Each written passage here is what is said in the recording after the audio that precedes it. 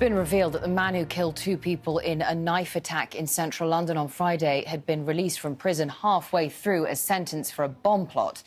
Usman Khan was shot dead by police on London Bridge, the scene of another attack which took place 2 years ago.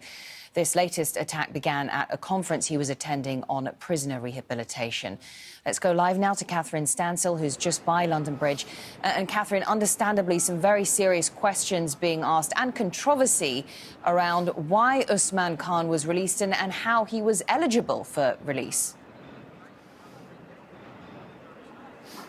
Right. Well, in 2010, he was one of 9 men who were arrested and then eventually convicted of terrorism-related offences. He was given what's called an indeterminate prison sentence as opposed to a fixed prison sentence, meaning that that particular offender can be behind bars indefinitely until it can be proved that they can be released without being a danger to society. The condition to that is that the person has to serve a minimum of 8 years behind bars. Now, Khan had that sentence quashed a few years ago, and then December 2018, he served that minimum 8 years, and he was released. The parole board was not consulted in this decision, but there were conditions attached to his release. He was supposed to wear an electronic tag. He was supposed to report to a probation officer. He was also not allowed to leave the country. British Prime Minister Boris Johnson visiting the scene of the attack. He paid tribute to those who died and the bravery of those who overpowered the man suspected of stabbing several people in central London. He paid tribute to their incredible response. They were on the scene in 4 minutes. The terrorist, the assailant was tackled within 5 minutes. Quite incredible response by the police. Also, I want to pay tribute again, as I think the whole country is, to the sheer bravery of those members of the public who went to deal with him spontaneously, putting their own lives at risk. Dramatic new video shows bystanders as they take down the attacker. They use a whale tusk and a fire extinguisher to stun him and then tackle him before armed police move in. 28-year-old Usman Khan was attending a conference on prisoner rehabilitation when he threatened to blow up the venue. He then went on a stabbing rampage before running out to nearby London Bridge. In 2012, he was convicted in connection to a plot to blow up the London Stock Exchange. He was released from prison in December last year, serving less than half his sentence. There will clearly need to be a review. There will clearly need to be questions answered. We do know, and it's in the public domain already, so I'm not breaching confidences, that this man was convicted of a very serious offence of terrorism, one of the most serious offences you can be convicted of, and it's right and proper these questions are asked, so we've got to make sure that we're doing all that we can to keep our city safe. The parole board said it had no involvement in his release.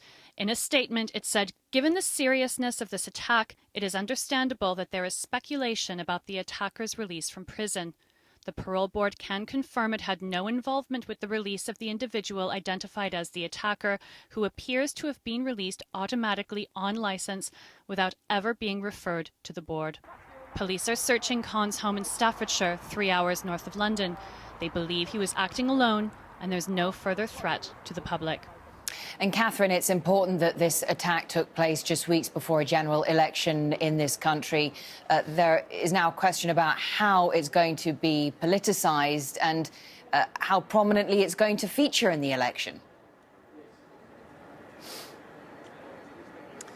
That's right. The election is just 12 days away, and campaigning was actually briefly suspended earlier in the day as a mark of respect for what happened here on Friday, but it's back in full swing. The Prime Minister, Boris Johnson, was in the area earlier today, and he emphasised that he has always been against the early release of dangerous offenders, and that they should remain behind bars. And he emphasised part of the Tory manifesto that he's pledging 20,000 more police officers on the streets by 2022, really pushing, he says, the fact that Tories are always try to be very tough on crime. Now, the opposition Labour leader, Jeremy Corbyn, spoke out today calling for an investigation as to why Khan was released so early. He also said that if he was was elected, that he would put in tougher measures to keep an eye on dangerous criminals who are eventually released back into society. And he also questioned whether the overcrowding of the prison system and the budget cuts to prisons in recent years is playing a role in the early release of some prisoners. So this has definitely been playing into the campaign so far.